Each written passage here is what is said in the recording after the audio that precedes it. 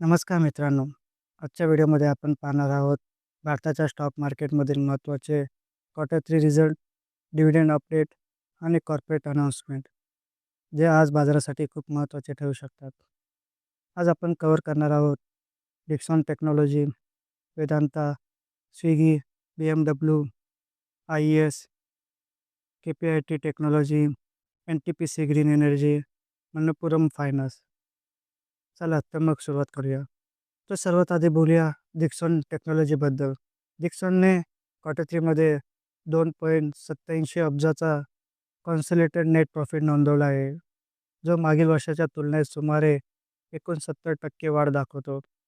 मार्केटने फक्त 1.90 अब्ज प्रॉफिट अपेक्षित केला होता, पण डिक्सॉनने तब्बल 51%ने एस्टिमेट बीट केले आहे. तर याचा अर्थ स्पष्ट आहे की इलेक्ट्रॉनिक्स मॅन्युफॅक्चरिंगमध्ये डिक्सॉनची एक्झिक्युशन पॉवर स्ट्रॉंग आहे. तसे PLI स्कीमचा फायदा कंपनीला मिळतोय. आता पाहूया वेदांताचे क्वार्टर थ्री रिझल्ट. वेदांताचा EBITDA 68.6 अब्ज इतका झाला आहे, जो इयर ऑन इयर 36.8% वाढलेला आहे. महत्त्वाची गोष्ट म्हणजे इतकी ग्रोथ असून सुद्धा EBITDA मार्जिन 29.38 वर स्टेबल राहिला आहे. याचा अर्थ कॉस्ट कंट्रोल स्ट्रॉंग आणि मिनिमम आणि मायनिंग आणि मेटल्स ऑपरेशनमध्ये डिसिप्लिन, डायव्हर्सिफाय बिझनेस मॉडेलचा फायदा. आता थोडा मिक्स परफॉर्मन्स पाहिला तर स्विगी लिमिटेड.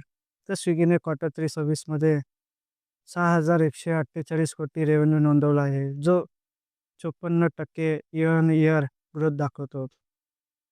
तर फूड डिलिव्हरी, क्विक कॉमर्स आणि सप्लाय चेन तिन्ही सेगमेंटमध्ये ग्रोथ आहे.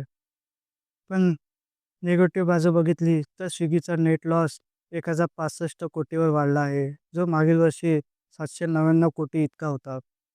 आणि पॉझिटिव्ह अपडेट म्हणजे 10,000 कोटी QIP सक्सेसफुली रेस केलेला आहे. तसेच रॅपिडो इन्व्हेस्टमेंट 2,399 कोटींना विकली आणि कोर बिझनेसवर फोकस वाढतोय. आता पाहूया BMW इंडस्ट्री लिमिटेड. याचा क्वार्टर थ्री फायनान्शियल सर्व्हिसमध्ये कंपनीचा 16,186 लाख रेव्हेन्यू आणि 1,765.71 लाख नेट प्रॉफिट नोंदवण्यात आला आहे. जर 9 महिन्यात रेव्हेन्यू 45,490 लाख आणि प्रॉफिट 4,826 लाख इतका होता. आता पुढील बातमी म्हणजे मार्केटचा स्टेबल स्टॉक म्हणजेच IES. IESने क्वार्टर थ्रीमध्ये 1.19 अब्ज नेट प्रॉफिट दाखवला आहे, जो 11% इयर ऑन इयर ग्रोथ दर्शवतो. ॲनालिस्ट एस्टिमेटच्या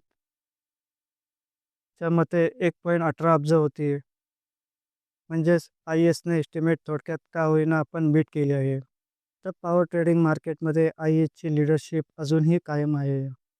आता पाहूया KPIT टेक्नॉलॉजीने ₹2.25 प्रति शेअर इंटरिम डिव्हिडंड जाहीर केला आहे. त्याचा रेकॉर्ड डेट आहे 4 फेब्रुवारी 2026. तसेच ज्याच्याकडे KPIT टेक्नॉलॉजीचे शेअर्स असतील त्याला 4 फेब्रुवारी 2026मध्ये ₹2.25 प्रति शेअर इंटरिम डिव्हिडंड मिळणार आहे. तसेच मॅनेजमेंट अपडेट पाहिला तर पराग शाह हे इंडिपेंडंट डायरेक्टर म्हणून आणि अनुप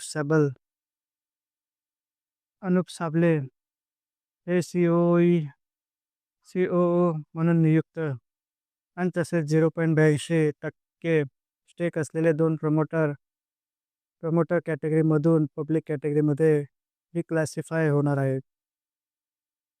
आता पुढील बातमी रिन्युएबल एनर्जी अपडेट पाहूया.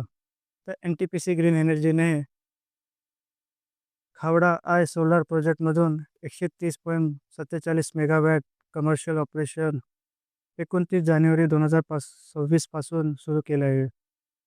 यामुळे कंपनीची टोटल इन्स्टॉल कॅपॅसिटी 8,347.78 मेगावॅटवरून 8,478.25 मेगावॅट झाली आहे. हा प्रकल्प CPSU स्कीम फेज 2 अंतर्गत NTPC रिन्युएबल एनर्जी मार्फत ऑपरेट होतो. आता शेवटी पाहूया मणप्पुरम फायनान्स कंपनीने 0.50% इंटरिम डिव्हिडंड जाहीर केला आहे. त्याचा रेकॉर्ड डेट आहे 6 फेब्रुवारी 2026.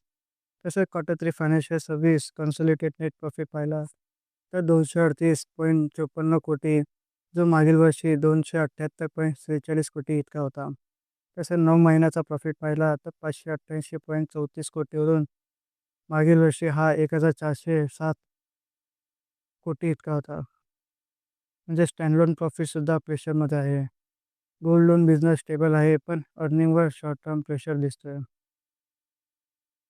तसेच आज मार्केटचा हालचाल पाहिला तर निफ्टी 50 25,418 अंकावर क्लोजिंग दिलं आहे आणि BSE सेन्सेक्स 82,566 वर क्लोजिंग दिलं आहे.